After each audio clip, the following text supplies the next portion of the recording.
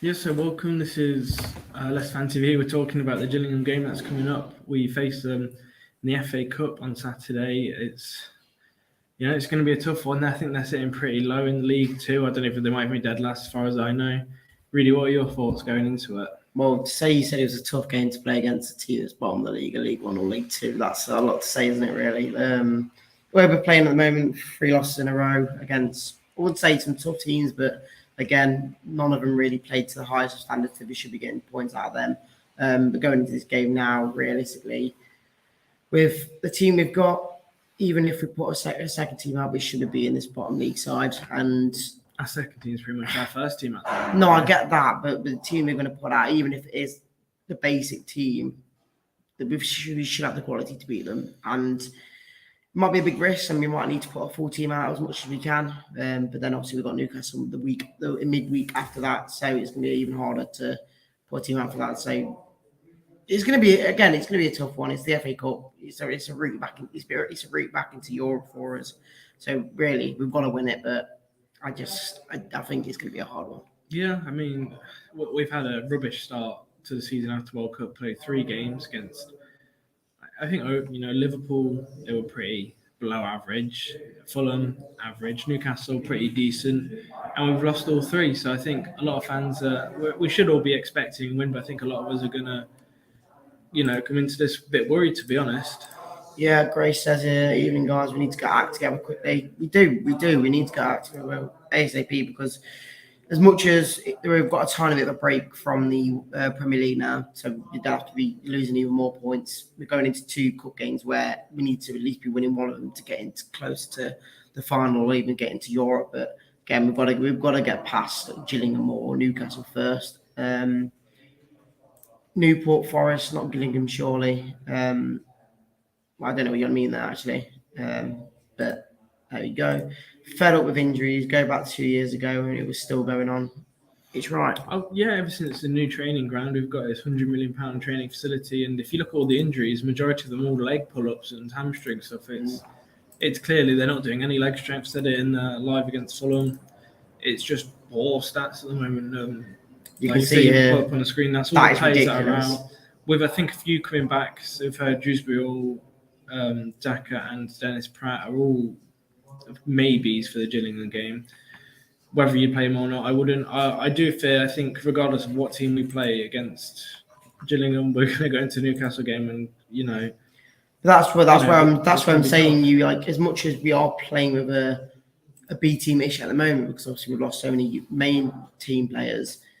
We've got to. I think for me against Gillingham, I think our biggest chance is to be beating Newcastle at the point. So maybe you do put the likes of Vestergaard in against Gillingham. I still think he's got the quality for that sort of game. For me, I'm not fussed about either cup at the moment. As much as it's nice to get into Europe for the moment, I think we should focus on staying up in the Premier League because you're laughing now, but I'm being serious. Like, where we're at the moment, I don't think they will put their second team out. I think they will want. They see us as a.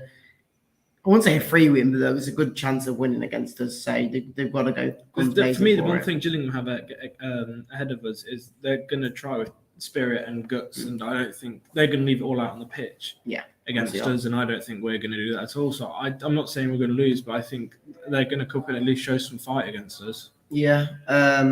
Greg's asking about his pizza. When's he getting his free pizza? Jake? I'll tell my message to check his Greg, Jake has messaged you, I think, like on Leicester Fan TV, so check your messages to see that. That's all done. Prem is bread and butter, I guess. Yeah, I agree with Gray. I think regardless of what cups we could be in and where we could beat Newcastle and progress forward, I think we just need to focus on the Premier League. Yeah. Forest, to me, is a massive game coming up after these 2 cup games. Yeah, GPM more saying that we need to start with Tilk Top. I completely agree at this point. Obviously, Barnes, we've seen the last few games. He's just been so poor and he's just not kind of created anything other than I think we are going to play a different team against Gillingham, but we're still going to play Rogers' ball, pass it around the back. Nothing's going to change, really. We're still going to play the same way. Yeah, we'll probably beat them, but I still think we're going to, play the typical Rogers ball, and it's just boring. It doesn't work all the time. It's very lackluster. You look at all the managers now, that everyone has more than one, he's a one-trick pony. And to be honest with you, I'm kind of sick of talking about all this at the moment I am because as well, it's yeah. getting boring. Like, for me, it's not just Rodgers. Don't get me wrong. Top needs to shift some money into the club. I don't know what financial fair play has to do with any of this. When you see Chelsea signing players for ridiculous money on ridiculous wages for ridiculous years, I don't know how financial fair play comes into it. When we're literally sat. I know it's 25-man squad and that, but I just don't understand why we're struggling so much. Considering literally less than 3 years ago, we were all upset that we didn't get top 4, and now we're saying, are we going to stay up this season? But we were just saying a minute ago, but obviously about the team and whatnot at the moment. And I think even me and Phil were agreeing that the team we've got now, Rodgers is trying to play with his style of play with half decent players that won't be getting into this side if we have the main team. For me, like I said with Daka, he signed Daka, Rodgers did, but he doesn't like to play with those kind of players. So why does he not sign someone who is a bit more stronger? So if you look at all the signings we have brought in under Rodgers, they're all like for like. They're all just players that come off the bench and a better version of the person that's on the pitch. So I don't understand how we, I don't understand it. There's not much to say on that front. It's a boring topic to talk about now, I think. Yeah, there's a few people that want to start on Saturday. Obviously, I'm guessing would probably see it starting on Saturday.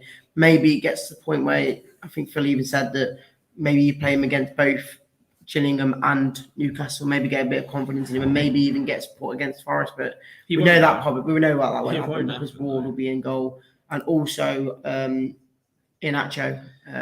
Maybe yes, he's getting a bit disrespected in where he's playing because he only gets put on as subs now. But I think he's a pretty average player anyway at best. I don't see him give much.